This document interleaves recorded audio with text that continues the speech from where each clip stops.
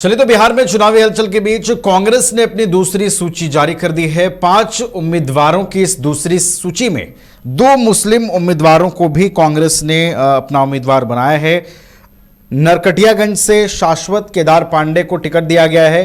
किशनगंज से कमरुल हुदा को ticket party ने दिया है। कस्बा से इरफान आलम उम्मीदवार बनाए गए हैं। तो वहीं पूर्णिया से जितेंद्र यादव और गया टाउन से मोहन श्रीवास्तव को पार्टी ने अपना उम्मीदवार बनाया है। तो देखिए, कांग्रेस ने अब दूसरी सूची जारी कर दी है और सीटों पर सस्पेंस अभी भी महागठबंधन के अंदर कहीं ना कहीं बना हुआ है, लेकिन कांग्रेस अपनी ओर से स्थिति स्पष्ट करने की कोशिश में जो है इस लिस्ट के माध्यम से जुटी हुई है। हमारे साथ सहयोगी विवेक हैं फोन लाइन पर, उनका रुख करते हैं। विवेक, दूसरी सूची आ गई है कांग्रेस की, 5 उम्मीदवारों के नाम इसमें हैं।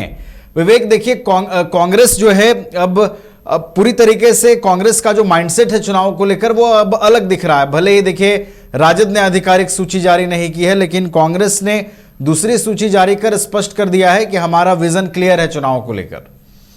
बिल्कुल नवीन, विधानसभा चुनाव को लेकर पहले चरण की जो नामांकन थी, नामांकन भी खत्म हो गई। दूसरे चरण की नामांकन हो रही है, लेकिन देखा आपने कि आरजेडी अभी तक जो है नामांकन की जो भी प्रत्याशी की जो सूची है उन्होंने जारी नहीं की, बल्कि जो प्रत्याशी को लगातार वो सिंबल बांटते रहे, जिसकी वजह से कई जगह जो ऐसे हैं जहां राजद के उम्मीदवार हैं और कांग्रेस के उम्मीदवार भी एक ही विधानसभा से नॉमिनेशन किए हैं।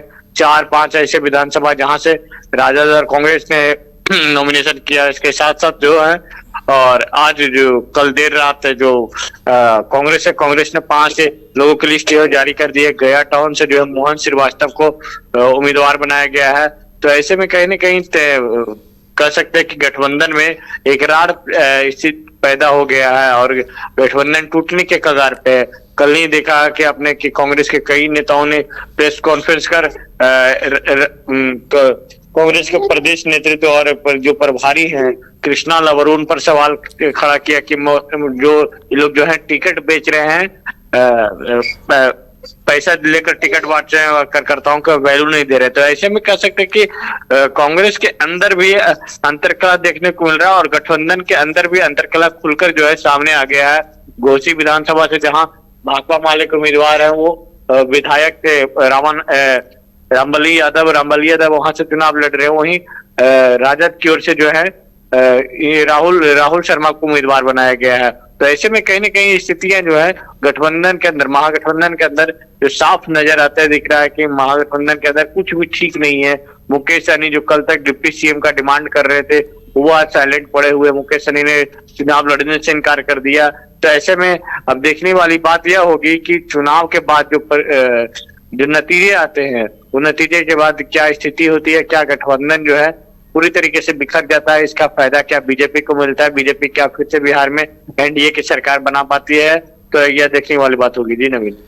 चलिए, तो कांग्रेस की दूसरी लिस्ट आ गई है महागठबंधन में। हालांकि अभी भी सब कुछ ऑल इज वेल नहीं है। जो चीजें दिखाई दे रही हैं वो ये इंडिकेट कर रही हैं कि महागठबंधन के अंदर सब कुछ ऑल इज वेल नहीं है। बावजूद इसके कांग्रेस ने दूसरी सूची जारी करके अपने 5 उम्मीदवारों को और जो है टिकट दे दिया है। बहुत बहुत आपका धन्यवाद विवेक, हमारे साथ जुड़ने के लिए, तमाम जानकारी हम तक पहुंचाने के लिए। अब शुद्धता के साथ स्वाद भी। समृद्धि स्वीट्स एंड रेस्टोरेंट, यहाँ मिलेगी शुद्ध देसी घी से बनी मिठाइयाँ।